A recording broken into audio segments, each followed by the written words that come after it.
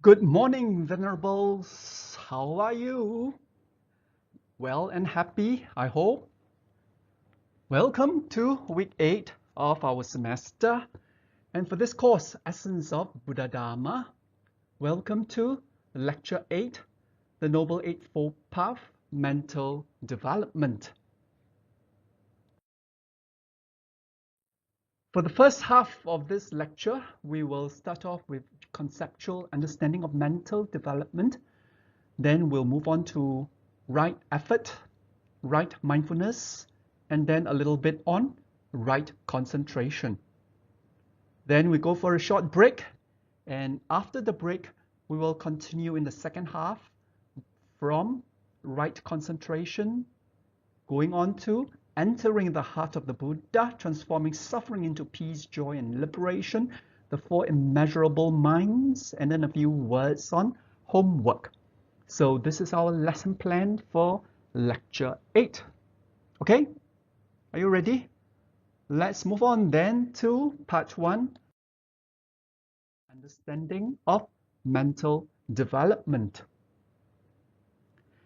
Now, mental development is placed between good conduct and wisdom, and it is important to both. Okay, you see in this picture here, samadhi, right, is translated as a concentration here, but in our lecture notes, we'll translate that as mental development. So it is placed between shila, morality, and panya, wisdom. Now, mental development is important for the sound practice of good conduct, sila, right? It is easy to follow the rules of morality when things are going well. But in situations of stress, instability, and uncertainty, when observance of the rules of good conduct comes under attack, mental development can safeguard our practice by strengthening the capacity of the mind and by attaining control over it, thereby helping us to observe the precepts. Okay? In our last lecture, we talked about morality. Yeah? We talk about ethical conduct. We talk about ethical discipline. Now, when everything's going smoothly, it is not so difficult for us to observe all our precepts. Yeah? Yeah, but when we're in situations of stress, if we do not have good mental development, then it may be more difficult to follow the morality, follow the precepts. So it is important, therefore, to develop our mental capabilities. Okay? Now, mental development is also important for the sound practice of wisdom. If we wish to realize enlightenment and be liberated, the only way is through wisdom, to see things as they really are. And wisdom can only be gained by means of mental purification, which is achieved through meditation. So when we talk about samadhi, when we talk about mental development, we are also talking about meditation. We are talking about purification of the mind. So in order for us to attain wisdom, panya, right, we must have purification of the mind, which is why mental development, meditation is important. Okay? So what is meditation? Now, Rupert Gerthin, the scholar in the picture here, tells us that meditation in the Buddhist context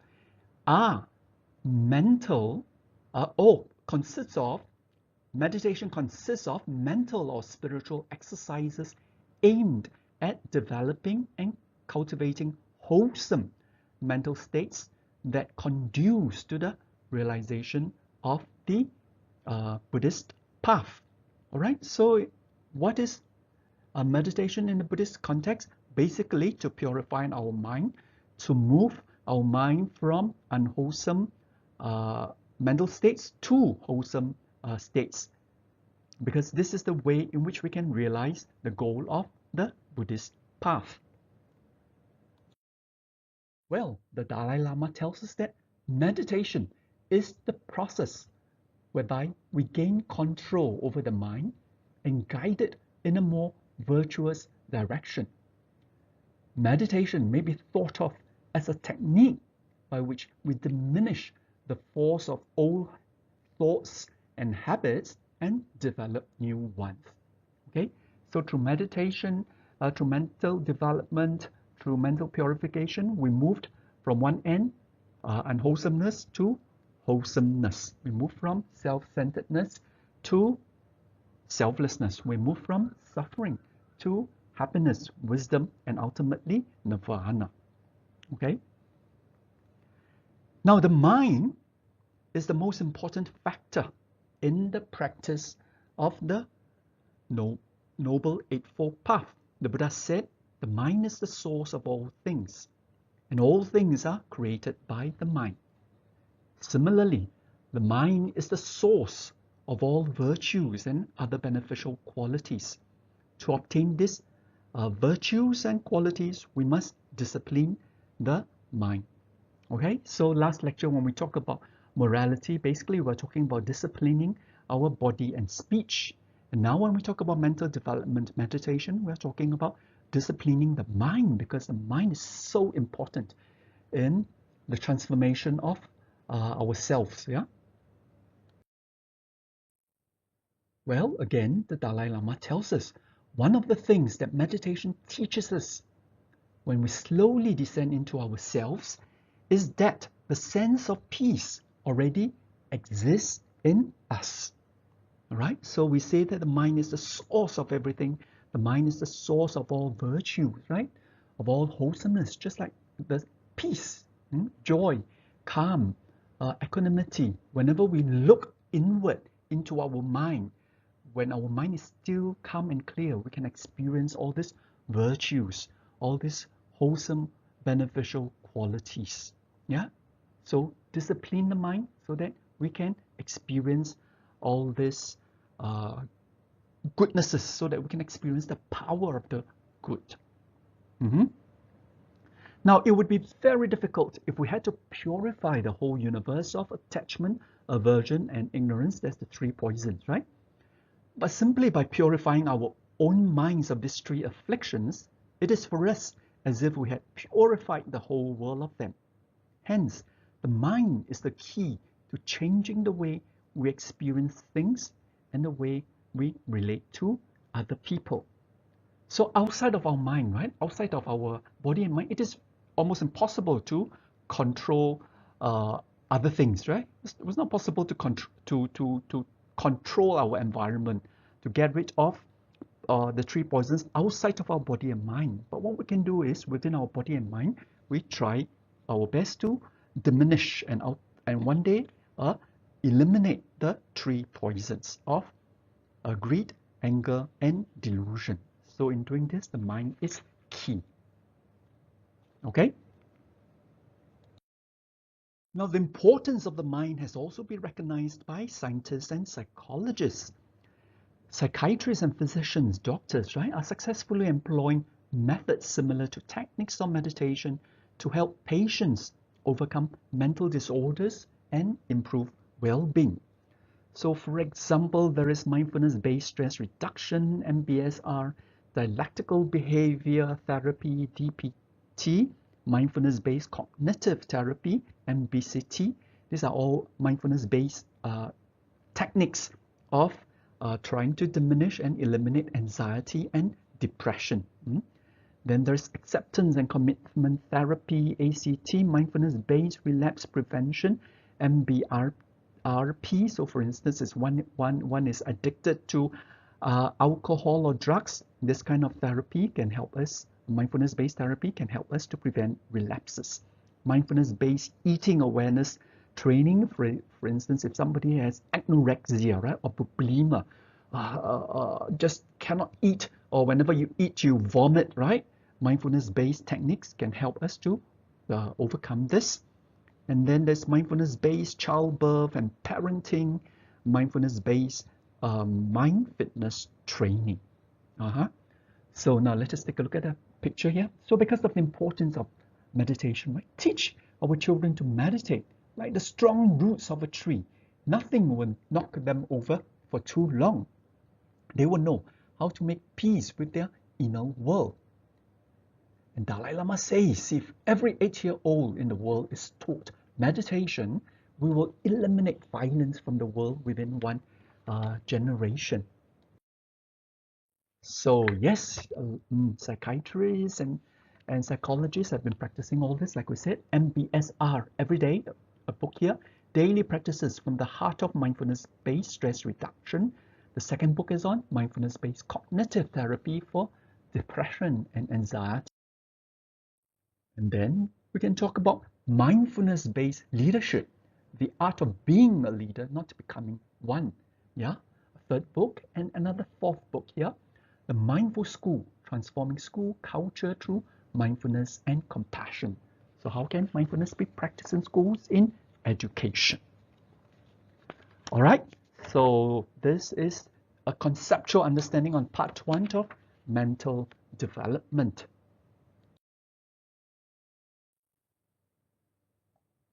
Now let us then move on to take a look at Buddhist meditation, calm, samatha, and insight, vipassana. Yeah, this is the second aspect of conceptual understanding, right?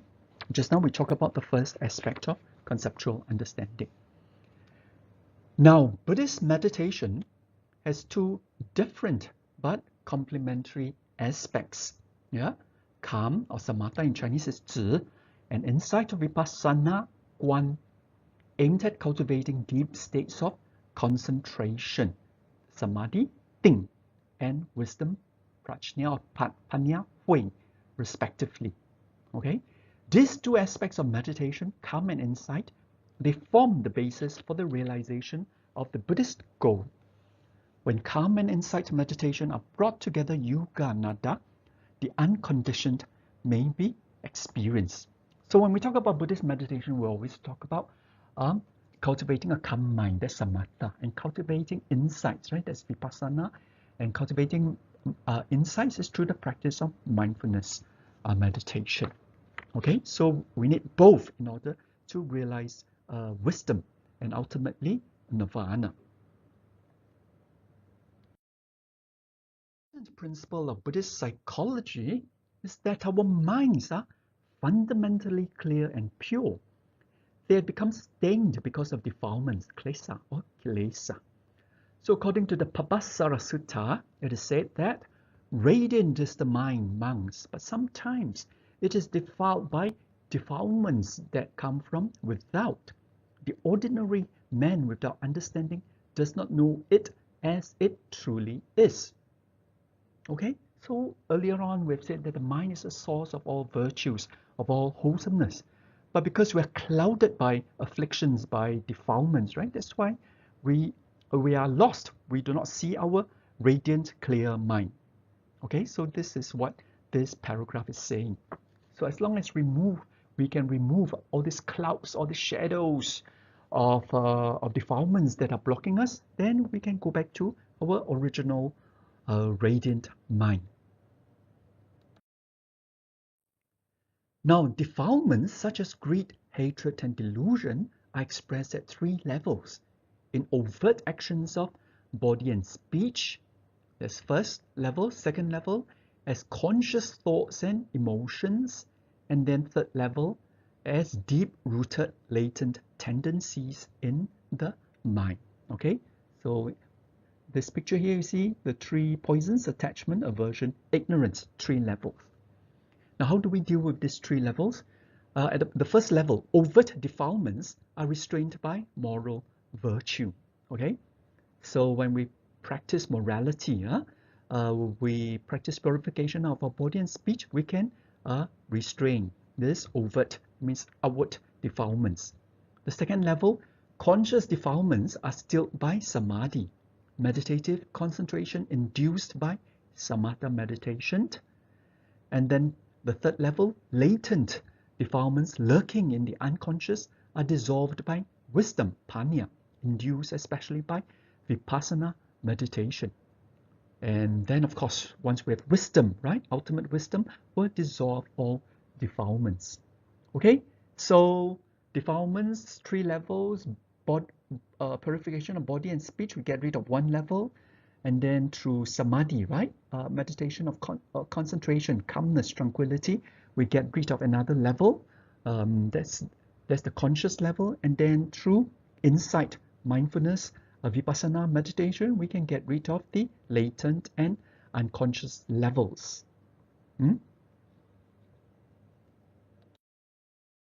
All of Buddhist practice is to eradicate defilements.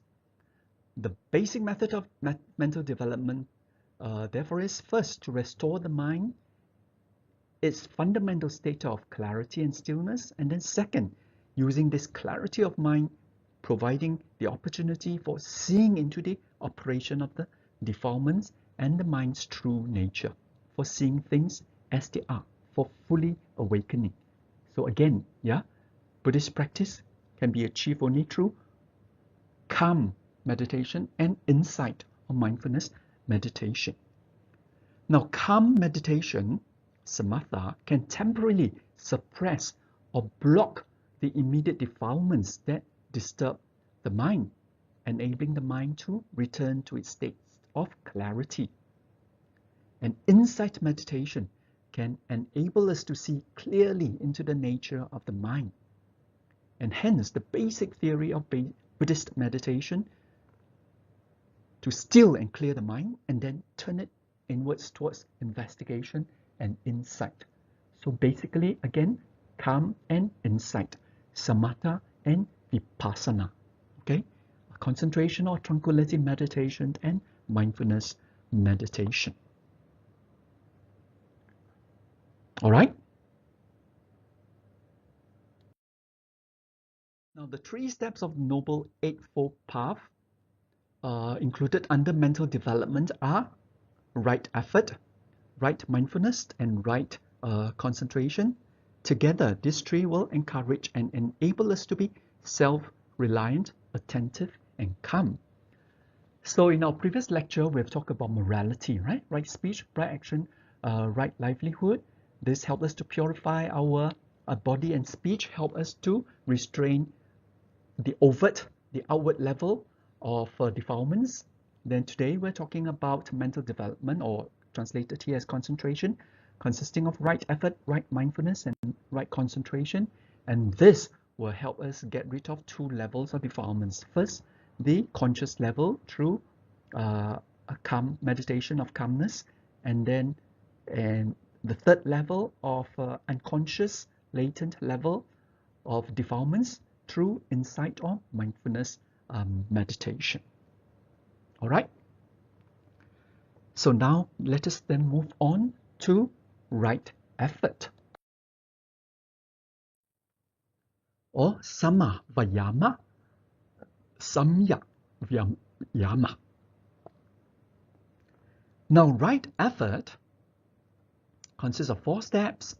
First, the effort to prevent unwholesome thoughts from arising. Second, the effort to reject unwholesome thoughts once they have risen. Third, the effort to cultivate wholesome thoughts. And fourth, the effort to maintain wholesome thoughts that have arisen. Hence, right effort can help us cultivate ethical conduct and mental discipline, which are essential for the development of wisdom. So we take a look at this picture here. Yeah, right effort, we talk about 4 steps. So look at the red one, bad or unwholesome. First step, try to avoid that, avoid bad, avoid unwholesome. Second, when the unwholesome has arisen, we try to overcome it. Yeah. And then third, look at the green one, good. We then try to develop the good, the wholesome, and then we try to maintain the good, the wholesome. So these are the 4 steps of right effort, and doing this will help us to improve our ethical conduct as well as mental discipline, and this of course will facilitate our realization of wisdom. Now, more generally, right effort means cultivating a confident attitude towards our undertakings, to take up and pursue our task with energy, enthusiasm, and a will to carry them to the end. Okay, more generally in our daily life, when we talk about right effort, we are talking about developing confidence in whatever we do. So how to develop confidence in whatever we do? We must do all our tasks with energy, right? With enthusiasm. And we must make sure we have the stamina to finish our task right from the start till the end. Okay? So we can think of an analogy. We ought to embark on our task in the same way an elephant enters a cool lake when afflicted by the heat of the midday sun. With this kind of effort, we can be successful in whatever we plan to do, whether in our studies, careers, or practice of the Dharma. So take a look at these pictures. Oh, it's so hot, right? When we're hot, we feel lazy, we feel idle, we don't feel like doing anything. So how to counteract this laziness and idleness? We must have right effort. Just like the elephants, right? So hot on a hot day, they go into the stream, the cool lake, and then when they come out of it, they're so refreshed. They're full of energy. They're full of enthusiasm, right? So we must develop this energy, this enthusiasm, this stamina to do our tasks. And in doing this, we'll be able to build up our confidence. So right after practical application of confidence. Yeah? If we fail to put effort into our various projects, we cannot hope to succeed. But effort must be controlled, balanced, sustained, and with a buoyant determination. So we should think of the middle way and the example of the strings of a lute. Therefore, effort should not become too tense or too lax. So when we put in our effort, we must balance it, right? Not too much effort that makes us too tired, and not too little effort that makes us lazy and idle. So the middle way. Look at this picture, right? Everything is balanced. Everything is middle between day and night. Let us summarize right effort, vayama, or mental development. This is the endeavor, the attempt to live a moral and blameless life. And the four right efforts are effort to overcome evil that has already risen, to avoid evil that has not yet arisen, to develop good that has not yet arisen, to promote the good that has already arisen. And right effort plays a very important part in developing wisdom through cultivation of virtue, morality, and mental discipline. So with this, we have finished the second part on right effort. So now let us move on to the third part on right mindfulness. Samasati or Samyak Sumati, Pali and Sanskrit. Now mindfulness, what is mindfulness, right? Mindfulness is awareness, that is sati, that means to remember, to keep in mind, and attention, anupassana, avoiding a distracted or cloudy state of mind. And mindfulness can increase our efficiency and productivity and reduce the number of accidents that occur due to inattention and general lack of awareness in our daily life. So take a look at this picture, right? Is our mind full or are we mindful? Yeah. If we are walking out in the sun, looking at the trees, do we see the sun and the trees that has been mindful, or is our mind clouded with, distracted by all kinds of things, which is the picture on the left, right? And then we fail to see the trees and the sun, even though we're outdoor with trees and sun. So in practicing Dharma, mindfulness acts as a guard to rein in our minds. Because in daily life, our minds are constantly running after objects of the senses, right? Of sights, sounds, and thoughts, which can lead to unwholesome mental states. Mindfulness can help to keep our minds from becoming too distracted and entangled with such sense objects. All right, so our daily lives, we most of the time we're monkey minds, right? Are distracted by all kinds of things. So what we want to do is to discipline the mind, yeah, and then focus on the present and be aware of the present, to move away from the left on this picture to the right on this picture. And there are two steps to practice mindfulness. First, to cultivate a confident attitude of mind, being attentive and aware. And second, to watch our body and mind and know what we're doing at all times. Yeah? So mindfulness involves standing back from the processes of body and mind and calmly observing them with full presence of mind, alert attention, mental clarity, being wide awake, fully with it, vigilant, not floating away. So every moment, yeah, we should move away from the picture on the left, distraction, yeah, monkey mind, to the picture on the right, a mindful mental state. So if we take a look at the mindfulness, the Chinese character here, right? There's the top portion and the bottom portion. The top portion it reads as Jing. Jing means now, okay? And the bottom portion, Seng, means mind. So keeping our mind now, keeping our mind in the present. This is the Chinese character of Nian. And Nian is used to translate mindfulness, okay? So Zen Master Thich Nhat Hanh tells us, breathing mindfully, we simply enjoy our in-breath and out-breath. We bring the mind home to the body and we realize that we are alive, still alive. And this is a wonder. To be alive is the greatest of all miracles. So this is right mindfulness, right? Focusing on the now, focusing on the present moment, experiencing the power of now, experiencing the power, the wonder of the present moment. Not distracted, not a monkey mind.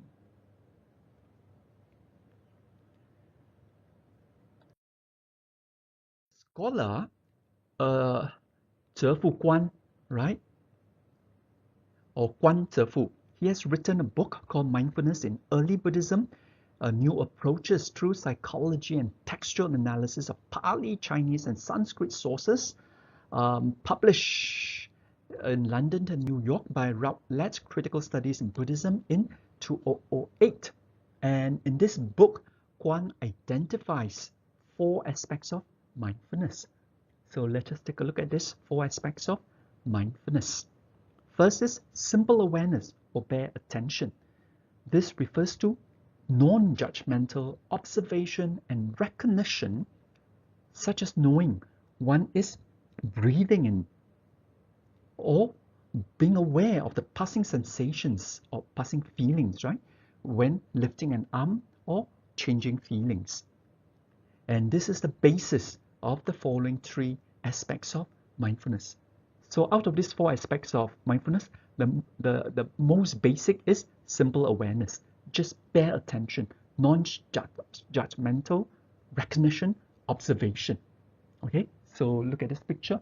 Mindfulness, when we're breathing, we know we're breathing. When we're looking at the cloud, we know we're looking at the cloud. When we're cooking, we know that we're cooking. Okay, so this is the first aspect. The second aspect is protective awareness. This adds a presence of mind that naturally brings restraint of unskillful reactions to sense objects, such as knowing anger about to arise and restraining it. So this is like what we talk about right effort, right? Be aware and to avoid anything unwholesome. Then the third aspect of mindfulness is introspective awareness. Identify unskillful states that may nonetheless have arisen and calls to mind and thus calls into play counteractive qualities such as knowing anger has arisen and needing to counteract it. So here again it is like right effort. If something unwholesome has already arisen, we must try our best to overcome it. And then the fourth aspect is deliberate forming conceptions. Here we recollect and note such things as the qualities of the Buddha, Dharma, or Sangha, or of loving kindness, or the ingredients of the body, the stages of decomposition, and the inevitability of death, all of which help to undermine unskillful states and cultivate skillful ones. So this is again right effort, right? Once unwholesome states have arisen, we must try our best to develop to overcome unwholesome states, to develop wholesome states, and maintain wholesome states, right? By all kinds of methods such as recollections, loving kindness, etc., etc. Okay, so this, bearing in mind these 4 aspects of mindfulness, we'll be able to transform our mind from one of unwholesomeness to wholesomeness, seen in this picture, from red to yellow. So no matter what we're doing, we can practice mindfulness by focusing our mind precisely on what we're doing at this very moment, whether it be going to school, cleaning a house, or chatting with a friend. And the role of mindfulness is to keep our mind properly grounded in the present moment in a way that will keep it on the path. For Buddhism sees mindfulness as the one way to achieve the end of suffering. All right? So Master Thich Nhat Hanh says, if we're not fully ourselves, truly in the present moment, we miss everything. So let's all be mindful and experience the fullness of every moment. All right? And of course, if we can do that all the time, Buddhism teaches us that we will ultimately realize Nibbana. Even if we do not realize Nirvana yet, in the process, we will experience lots of benefits. So in this cover of Time magazine, we talk about the mindful revolution, the science of finding focus in a stressed-out multitasking culture. So mindfulness, as we have already seen in the earlier part of our lecture, is a very good technique of managing all kinds of mental health issues, right? Mental illnesses like anxiety, depression, etc. Okay, so we have started off by talking about right mindfulness, 4 aspects of right mindfulness. Now, let us then move on to talk about another aspect, that is Satipatthana, or the foundations, establishings of mindfulness. In Sanskrit is Smayupassana Pasatthana Sutra.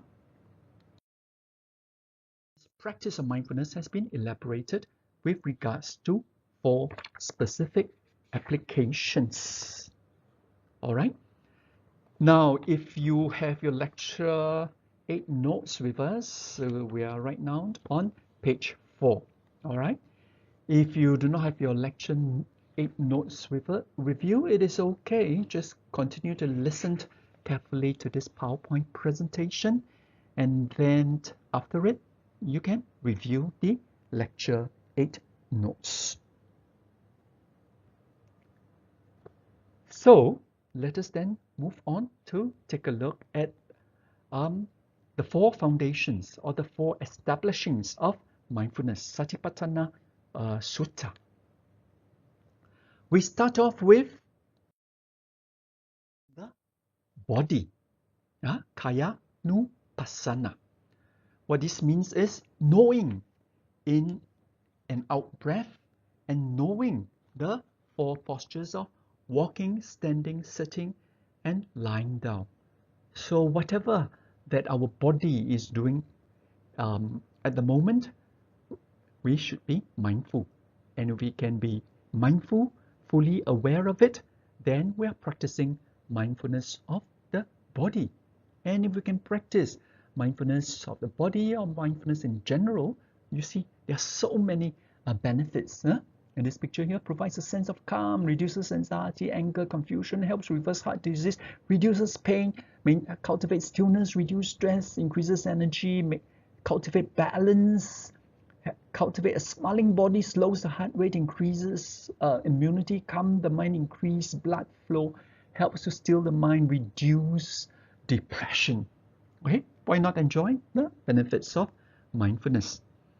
Now, mindfulness of the body in the Satipatthana Sutta also means knowing, first of all, the 32 or impure parts of the body, particular manasikara, and these 32 repulsive or impure parts are the head hair, body hair, nails, teeth, skin, flesh, sinews, bones, bone marrow, kidneys, heart, liver, diaphragm, spleen, lungs, intestines, mesentery, undigested food in the stomach, excrement, brain, bowel, phlegm, pus, blood, sweat, fat, tears, serum, saliva, mucus, synovial fluid, and urine. Basically, we want to practice this when we are overly attached to our body, when we have very strong lust, all right? Then we practice this 32 repulsive parts of the body, going through the different parts of the body. So if you can do this, we have lots of benefits here. So we see, speeds healing up of psoriasis by up to 3 times. This is sensitive skin, yeah? And then 40%, more than 40% decrease in flu symptoms and length of virus life, good for our lungs, yeah? Reduces intensity of chronic pain wherever we have pain, lowers release of adrenaline in response to stress, lowers heart rate and reduces side effects of heart disease, good for our heart, decrease in blood pressure, reduces joint pain in arthritis sufferers, can reduce growth of HIV virus in the blood. Yeah, this one maybe, we're not so sure. And then maybe can lead to improved digestion. And another aspect of mindfulness of the body is to be 4 elements of the body, Mahabhuta or Chatudhatu. And the 4 elements are earth, which represents solidity or extension, water, which represents fluidity or cohesion, fire, which represents heat or energy, and air or wind, which represents motion, right? Our body, like all phenomena, consists of these 4 elements. Earth, right? That means anything solid, like our bones. Water, anything that is fluid, like our blood. Fire, anything that has heat, for instance, the warmth of our body, right? And then air, anything that circulates in our body, for instance, our breath. Okay, so all phenomena like our body consists of all these elements, and we can be mindful of these 4 elements when we are mindful of the body. So again, if we can tell ourselves that our body only consists of these 4 elements, it can help us to overcome lust, strong temptations, strong bodily temptations. Then let us move on to mindfulness of sensation. Vedana Nupassana. So this is such as knowing whether the sensations or the feelings that arise, whether from body or mind, are pleasant, unpleasant, or neither pleasant nor unpleasant. So when we talk about mindfulness of sensations or mindfulness of feelings, the 3 basic things for us to know are pleasant, unpleasant, or neutral. That means neither pleasant nor unpleasant. Out of these 3, we can break it into 5. Yeah, in terms of when it's pleasant, is it bodily pleasant or mental pleasant? When we're eating curry, we like curry, that's bodily pleasant. And if we're not eating curry, but we are going to eat curry, we are experiencing a mental pleasantness. All right? And then unpleasant can be bodily or mental. We hate durians, right? So if we're forced to eat durians, then it is bodily unpleasant. If just thinking of durian makes us feel unpleasant, that is mental unpleasantness. Okay, so bodily and mental pleasant, that's 2. Bodily and mental unpleasant, that's another 2. So 4 plus neither pleasant nor unpleasant or neutral, that's 5. So either basically 3 or 5 in terms of pleasant, unpleasant, or neither pleasant nor unpleasant. So third is the mind, or the mind states or consciousness, Chittanupassana, such as knowing the presence or absence of unwholesome states of mind and of one's degree, of our degree of mental development and concentration. So for example, look at this picture here. When anger arises, don't think I'm angry as if the anger belongs to us.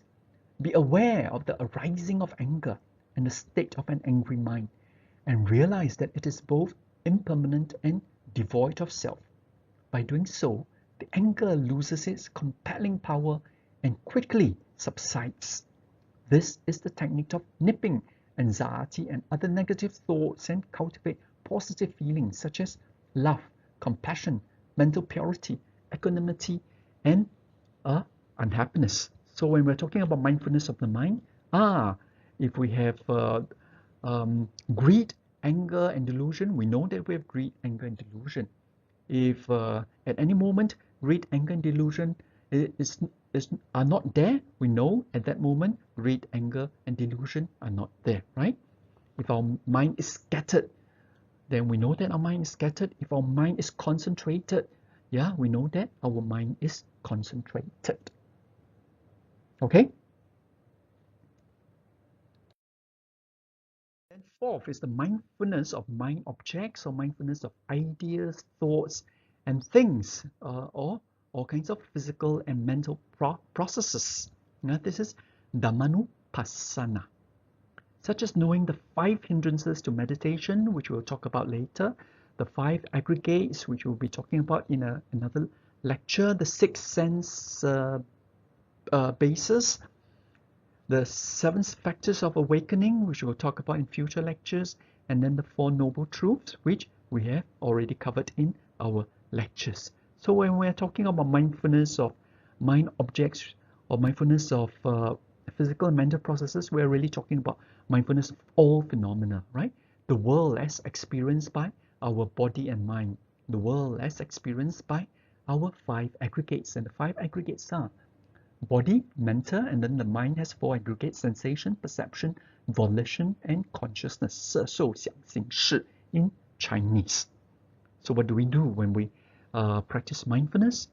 In watching these 4 subjects, right? These 4 subjects of mindfulness of the body, of sensations, of the mind, of mind objects, we are aware of their flowing nature, moments arising and falling, and their impermanence. In watching in this way, we perceive them as they are and abandon any notion that they might be worth craving, as capable of providing lasting happiness, or as an object of attachment as our true self.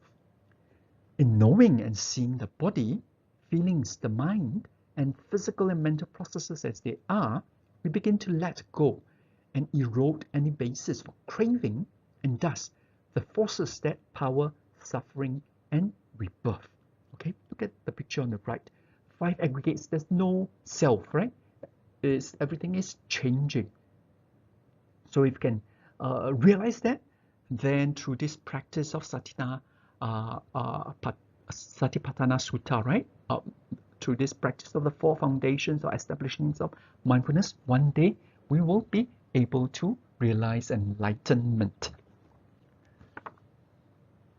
Okay, so on this note, we have covered part 3, which is right mindfulness.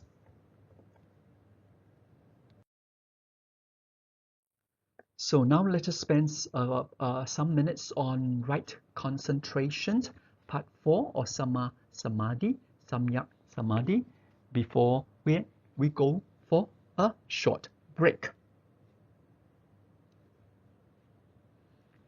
Now, here we're talking about concentration. Now, concentration is usually termed calm or tranquility meditation. It is the practice of focusing the mind single-pointedly on an object. Now, this object can be either physical, like nasal or abdominal breathing. That means our breath, whether we are observing our breath at the tip of our nose, or observing our breath at our abdomen, right? Rising and falling. This object can also be mental, visual, like a flame. Huh? Look at this picture here. Or like an image or a flower. Or for instance, we can have an image of a Buddha, right?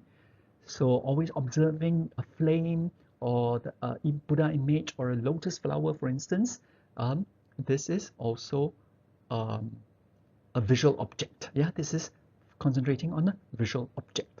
Or we can concentrate on an idea, such as loving kindness and compassion. We call this metta meditation, which we'll talk about in the second half of our lecture today. Now, if we can practice concentration, tranquility, or calm meditation, what are the benefits? Two main benefits. It leads to mental and physical well-being, comfort, joy, calm, and tranquility. And second, it turns the mind into an instrument capable of seeing things as they really are. That is, preparing the mind to attain wisdom. Okay, so when we practice samatha meditation, calmness meditation, our mind is calm. We can of samatha meditation. Look, calms the mind, increases concentration, stops monkey mind, promotes joy, increases inner peace, helps to balance emotions, makes us more productive, helps us to see reality outside of mental delusions, reduces prejudices, reduces stress, boosts immune system, promotes positive feelings. So many benefits of samatha meditation. So we should certainly practice samatha meditation. And then second, when we have this calm, clear mind, we can practice mindfulness or vipassana or insight meditation, yeah, to attain wisdom. Okay?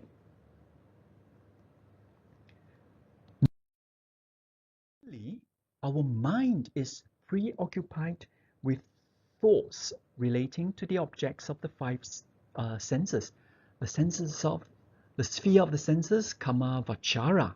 Yeah, these are sights experienced through our eye, sounds through our ear, smells through our nose, taste through our tongue, and then tangibles or touch through our body. When we're in samadhi, the mind experiences the subtle sphere of pure form, rupa vachara, which is a refined world of pure abstract forms, which comprises four increasingly subtle jhanas. Okay, so here we're talking about when we're not in jhana, what are we experiencing? In these 31 realms or planes of existence, we are experiencing number 3, right? Look at the we're experiencing kamaloka, the sensuous world, through our sense spheres. And then with practice morality, there are 7 happy destinations, sugati, 6 realms of which are devas or gods, and then 1 realm which is a human being. So, and then if we are full of immoral qualities, then we can be in states of deprivation or apaya, of which there are 4, asuras or demons, hungry ghosts, animals, and hell. Okay, so when we're not in absorption states, yeah, when we're not in jhana, we're experiencing central planes of existence, 11 realms. Look at this picture here, yeah, the gray portion at the bottom. Now, when we are experiencing absorption, jhana, deep thought, then we can be in the fine material world, section 2, right? Rupaloka, through Rupa Vachara, and then there are 16 of these realms. In the 4th jhana, there are 7 realms, of which the top 5 realms are the pure adverts, which are accessible only to non-returners, anagami, and arahants. And these are beings who become non-returners in other planes, reborn here, where they attain arahantship. And then there are 3rd jhana, there are 3 realms, 2nd jhana, there are 3 realms, 1st jhana, there are 3 realms. And beings in these realms enjoy varying degrees of jhanic bliss. So when we're absorption, we are in the 2nd section here, right? The form planes of existence, basically 16 realms. The 4th jhana has 7 realms, and then the 1st, 2nd, 3rd jhana has 3 realms each. So altogether add up 9 plus 7, 16 realms. Okay, And then if our absorption is so strong, we can even go into the immaterial world, Arupa Loka, where there are four formless jhanas, four formless realm, infinite space, infinite consciousness, nothingness, neither perception nor non-perception. And the inhabitants of these realms are possessed entirely of mind. Having no physical body, they are unable to hear Dharma teachings. Okay, now remember when you write your in your second essay, we talk about the Buddha learning from two teachers and practicing them to experience the realm of nothingness and the realm of neither perception nor non-perception. So these are some comments on right concentration and on the 31 realms, planes of existence, covering the sensuous world, the fine material or world of form, and then the immaterial world or the world of formlessness. With this, let us then go on to the basic instructions for beginning, which is actually quite simple. We find a quiet place, sit in a comfortable position, and then gently place our mind's attention on the object of meditation. When we find our mind wandering, we just bring our attention back to the object of meditation. That's about it, okay? So when we sit, we can sit in all kinds of positions. Look at this picture here, lotus or half lotus, or the Burmese style, or the Zafu Japanese style, right? With a pillow beneath it, or Zesa, that's also Japanese style, with a bench tucking our legs there in the hollow of the bench, or sit on a chair. And from here on, we can just have one object of meditation, and we just focus on that object of meditation. Whenever our mind wanders, we just gently bring it back. And that's all that we need to do, right? When we practice meditation. So with this simple, look at two reasons why our mind fails to become absorbed in the object of meditation. Why often, right, we cannot persist in our concentration. Now, the first reason is the five hindrances. Our mind is prey to the five hindrances or navarana, which consists of sensual desire, the kamachanda, ill will, vyapada, tiredness and sleepiness or sloth and torpor, vinamidha, and then restlessness and worry or excitement and depression, which is udacha, kukucha, and doubt, vichikicha. Okay, take a look at this picture here. The five hindrances in terms of sensory desire, we're talking about all the time we're seeking pleasure, right, through our senses, through our sense organs, through our sense basis. So that is one hindrance. Second hindrance is ill will. Yeah? All kinds of thoughts relating to wanting to reject, feelings of hostility, resentment, hatred, and bitterness. This is anger, right? Or hatred. And then third hindrance or obstacle is our sloth and torpor, tiredness and sleepiness, heaviness of body and dullness of mind, which drag one down into disabling inertia and thick depression. The fourth obstacle or hindrance is restlessness and worry, right? Or the inability to calm our mind. Our mind becomes very restless. And then the fifth obstacle or hindrance is doubt, right? Doubt in the teachings, doubt in the practice. We have a lack of conviction or trust in the teachings, in what our teacher tells us to do in our practice. So all these are five obstacles or five hindrances which prevent us from focusing on our meditation. Okay, so this is the first reason. The second reason is in terms of okay, before we go on. Now the five hindrances. If our mind is clear, which is in the center, our mind is still. Yeah, and then we often use the analogy to describe these 5 hindrances. If our mind is full of ill will, it is like full of boiling water. If it's sloth and torpor, it's like water with slimy moss. If it is full of restlessness and remorse, it is like water ruffled with wind. If it is full of sensory desire, it is like colored water.